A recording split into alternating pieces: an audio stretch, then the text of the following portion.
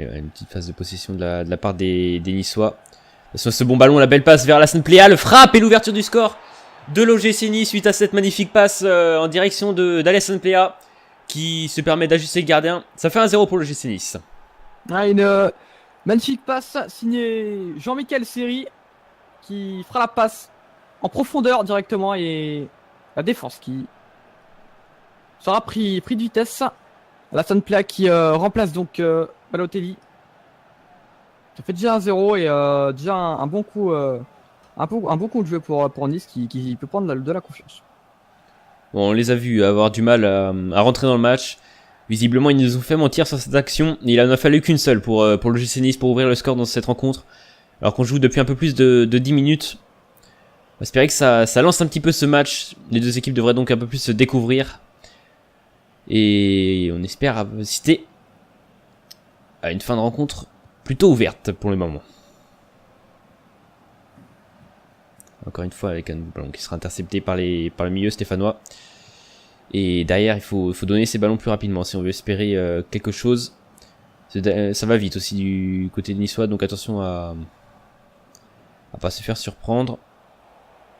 Et surtout qu'ils ont l'air d'avoir de la réussite de leur côté pour le moment.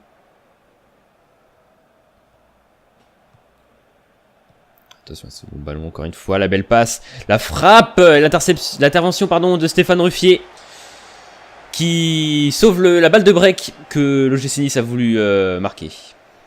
Une belle parade de Ruffier que l'on connaît depuis longtemps en Ligue 1. Et il surprend toujours avec ce genre de belle parade et Nice qui est clairement rentré dans ce match.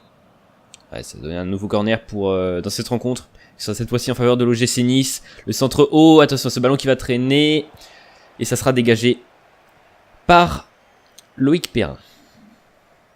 Faire attention là, pas une récupération très haute là de Saint-Etienne qui pourrait revenir. Ouais, attention, un nouveau ballon offensif pour l'OGC Nice qui a clairement la main mise sur ce match pour le moment. On ne voit pas tellement les Stéphanois, si ce n'est dans les 5 premières minutes avec un seul corner. Au moins ils sont un peu transparents les Verts. À l'image là de ce raté de Florentin Pogba.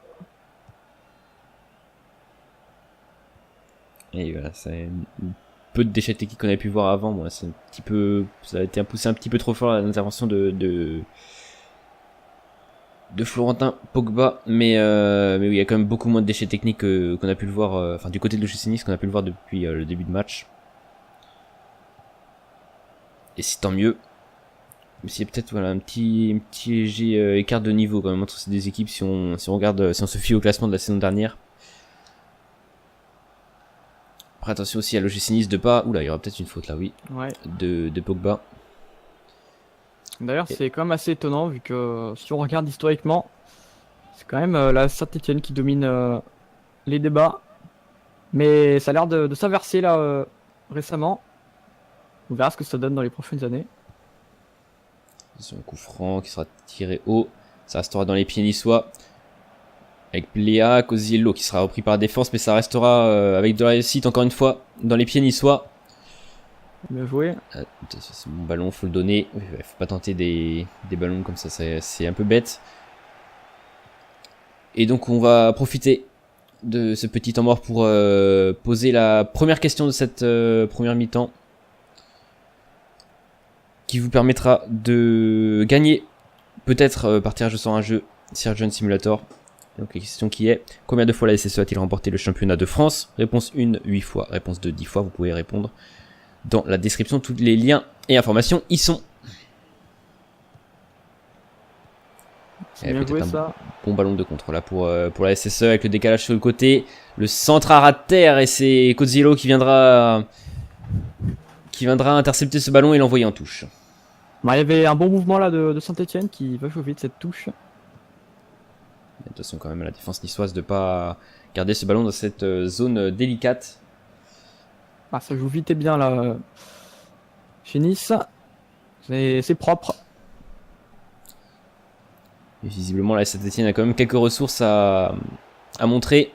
Attention à ce centre qui sera bien repris par Dante. Et Et ça partira dans l'autre sens, malgré ce petit contrôle raté de Pléa.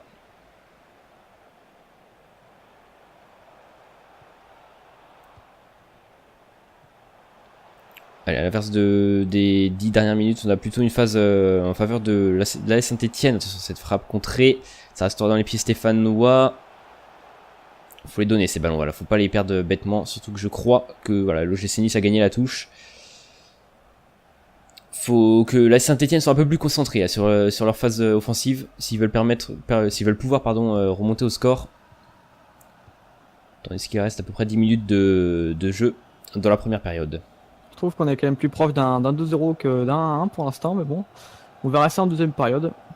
Parce que pour l'instant, la Saint-Etienne a le ballon, mais ils n'arrivent pas forcément à faire grand chose avec.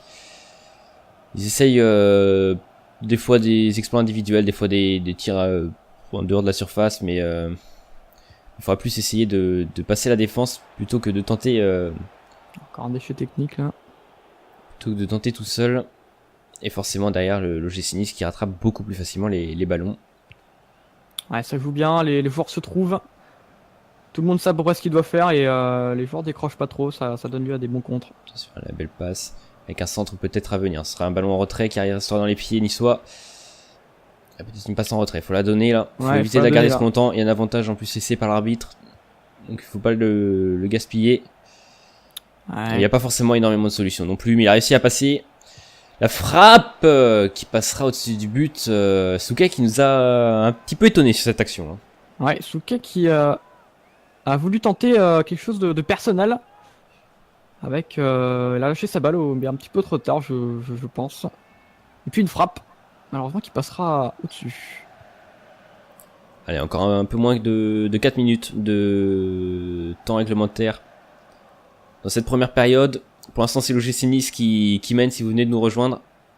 Et pour l'instant, un avantage mérité, vu les 40 premières minutes auxquelles on a pu assister. Saint-Etienne, on le rappelle, ont énormément de mal à se trouver, à l'inverse de l'OGC Nice. Encore une fois, l'image de cette passe en longueur. Et puis, ouais, les joueurs de l'OGC Nice qui font tourner, qui essaient de gérer le match pour retourner au vestiaire assez sereinement.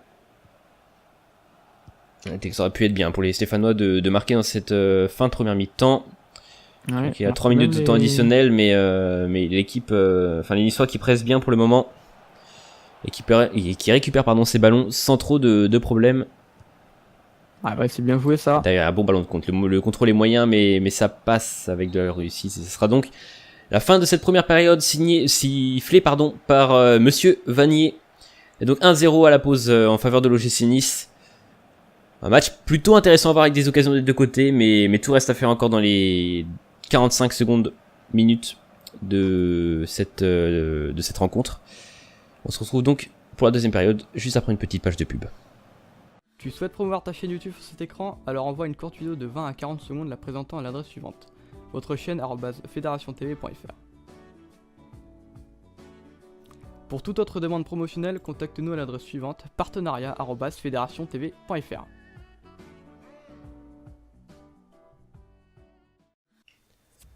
De retour chaudron pour cette deuxième période entre l'AS Saint-Etienne et l'OGC Nice, où on le rappelle, l'OGC Nice mène à la mi-temps.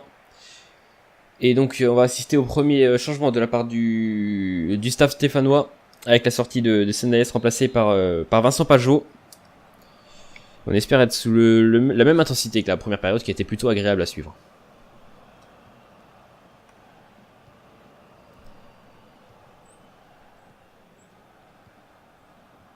Donc pour l'instant, encore une fois, le l'OGC Nice qui arrive globalement bien à se trouver, comme quasiment depuis le début de la rencontre. Et pourquoi pas une belle occasion là, avec le ballon pour Alassane Pléa. Bon décalage sur le côté. Avec peut-être un centre, il faut donner ce ballon. Voilà, c'est chose faite en retrait. Avec la frappe contrée par Loïc Perrin. C'est pas terminé à la reprise. Et la tête, je n'ai pas vu. Ouais, c'est bien ça. Wayland Cyprien, visiblement qui a été refusé pour position de hors-jeu. Je sais pas si on va pouvoir le revoir. Ouais, s'il y a eu bien une position de hors-jeu de la part du joueur niçois. Et ça aurait pu faire une balle de break pour le GC Nice. Un avertissement sans frais là pour la défense stéphanoise.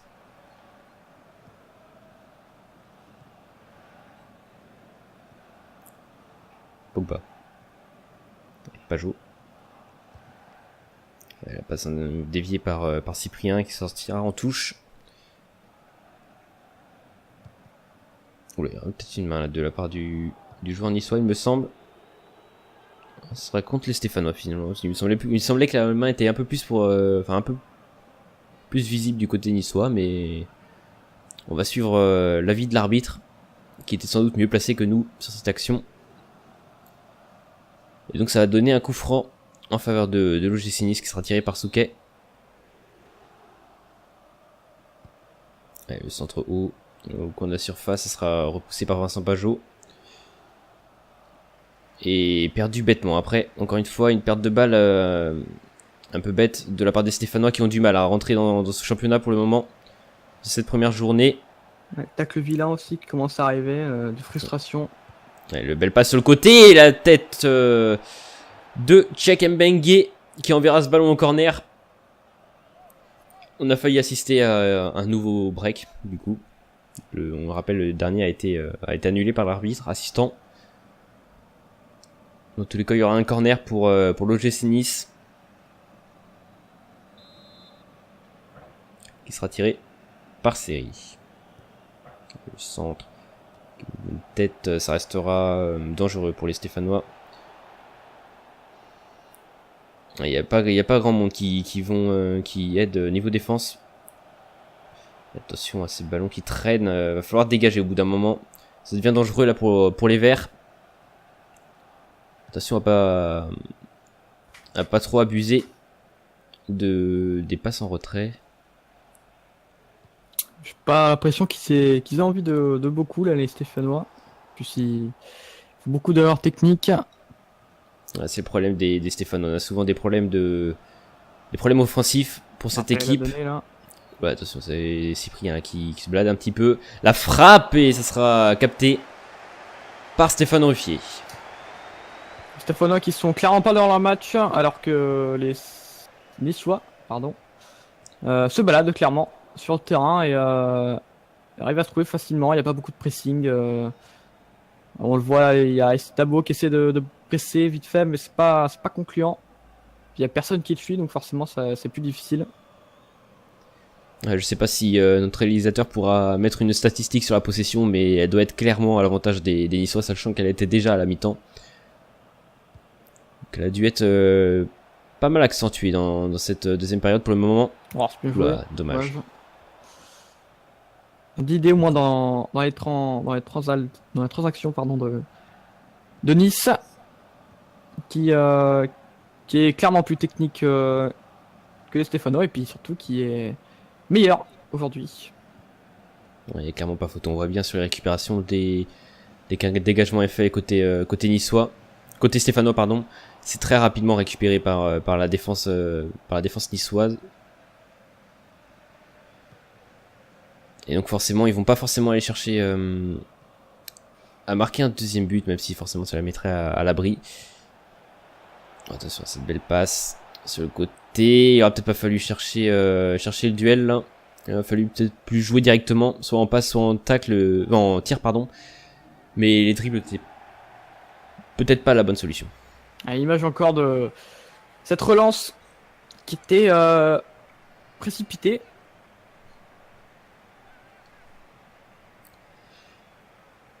Et deuxième changement de la part des Stéphanois. Mais on voit pas tellement comment ils pourraient revenir au score s'ils restent à ce niveau-là, à part une grosse erreur même de la part des Niçois. La victoire leur est plutôt promise pour le moment.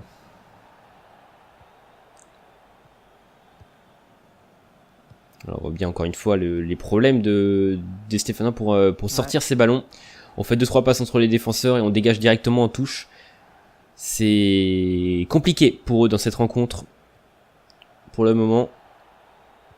On a un joueur là qui est resté au sol et qui reste visiblement blessé.